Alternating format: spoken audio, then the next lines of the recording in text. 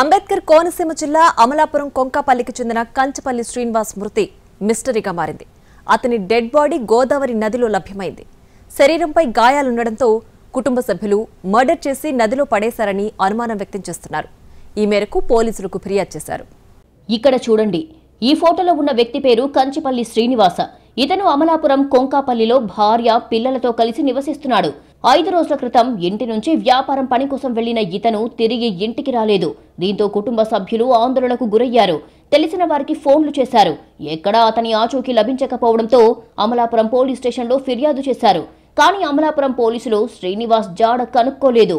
మరోవైపు శ్రీనివాస 5 రోజుల నుంచి కనిపించకుండా పోయేసరికి ఆచూకీ తెలపాలని కోరుతూ అతడి భార్య దేవి, 2 పిల్లలు, బంధువులతో అమలాపురం పోలీస్ స్టేషన్ ఎదుట ఆందోళన నిర్వహించారు.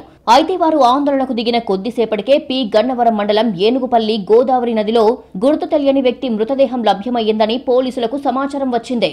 దీంతో పోలీసులు అక్కడికి వెళ్లి డెడ్ బాడీని పరిశీలించారు. మృతదేహం చేతిపై ఓ టాటూ కనిపించింది. శ్రీనివాస డెడ్ బాడీగా అనుమానించి అతని సోదరుడికి సమాచారం అందించారు. డెడ్ బాడీని పరిశీలించిన శ్రీనివాస్ సోదరుడు చేతిపై ఉన్న టాటూ ఆధారంగా తన అన్నయ్య మృతదేహమేనని గుర్తించారు. శరీరంపై, మెడపై గాయాలు ఉండటంతో ఇది హత్య అని శ్రీనివాస్ బంధువులు అనుమానిస్తున్నారు. గత శనివారం ఉదయం రాజమండ్రి వెళ్తున్నాను అని చెప్పి ఇంటి నుంచి శ్రీనివాస బయటికి వెళ్లినట్లు అతని భార్య దేవి చెబుతున్నారు. ఆ తర్వాత అతను తిరిగి రాలేదని వెల్లడించారు. ఆ రోజు రాత్రి 9 గంటలకు ఫోన్ చేయగా రావులపాలెంలో ఉన్నానని, వచ్చేస్తున్నానని చెప్పారని, ఆ సమయంలో ఫోన్లో తనకు కార్ల సౌండ్స్ వినిపించాయని దేవి తెలిపారు. ఆ తర్వాత నుంచి ఫోన్ స్విచ్ ఆఫ్ వచ్చిందని చెప్పారు.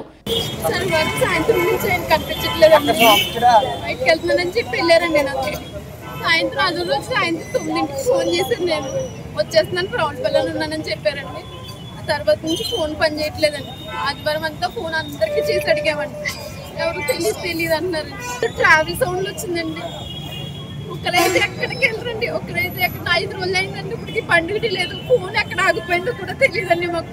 తన అన్నయ్యను శనివారం ఉదయం సలాది అప్పన్న అనే వ్యక్తి ఫోన్ చేసి బయటికి తీసుకెళ్లారని, దీనికి అతనే సమాధానం చెప్పాలని శ్రీనివాస్ సోదరుడు డిమాండ్ చేశారు. గతంలో అమలాపురానికి చెందిన గంగుమళ్ల కాసుబాబుతో తన అన్నయ్యకు వివాదం ఉందని, ప్రస్తుతం తన అన్నయ్య కనిపించడం లేదని, దీనికి కాసుబాబు కారణమని పేర్కొన్నారు. అప్పుడెప్పుడు ఏదో తిట్టిన విషయం వల్ల కాసుబాబు గారు దాని మీద ఉన్నదండి. దాని గురించే భయపడుతూ ఉన్నాడు. గంగుమల్లు కాసుబాబు గారి మీద శంకర్ గారు అండి, వాళ్ళ డ్రైవర్ ఎవరు ఇప్పుడు లేరంట. ఆయన మీద కూడా మాకు సస్పెక్ట్ ఉందండి. సలాది అప్పన్న ఆయన తీసుకెళ్లారు కాబట్టి మాకు ఫస్ట్ అయితే కనుక ఈయన మీదే ఉందండి. డెడ్ బాడీ దొరికింది. కొంచెం ప్రిలిమినరీ ఇన్వెస్టిగేషన్ చేసినప్పుడు అది మర్డర్ లాగే కనిపిస్తుంది. కొంచెం ఇంజరీ మార్క్స్ కూడా ఉన్నాయి బాడీ మీద. అది కేసుకి మేము మర్డర్ కింద ఆల్టర్ చేసి ప్రజెంట్గా ఇన్వెస్టిగేషన్ చేస్తున్నాము. కొన్ని మాకు క్లూస్ ఉన్నాయి. అది గురించి మా ఆఫీసర్స్ అందరూ చాలా 5 టీమ్స్ కూడా ఫామ్ చేయడం జరిగింది. అది క్లూస్ మీద ఫాలో అప్ చేసి మనకి ఖచ్చితంగా 1 or 2 డేస్లో రిజల్ట్స్ చూపిస్తాము దీంట్లో. So it is under investigation.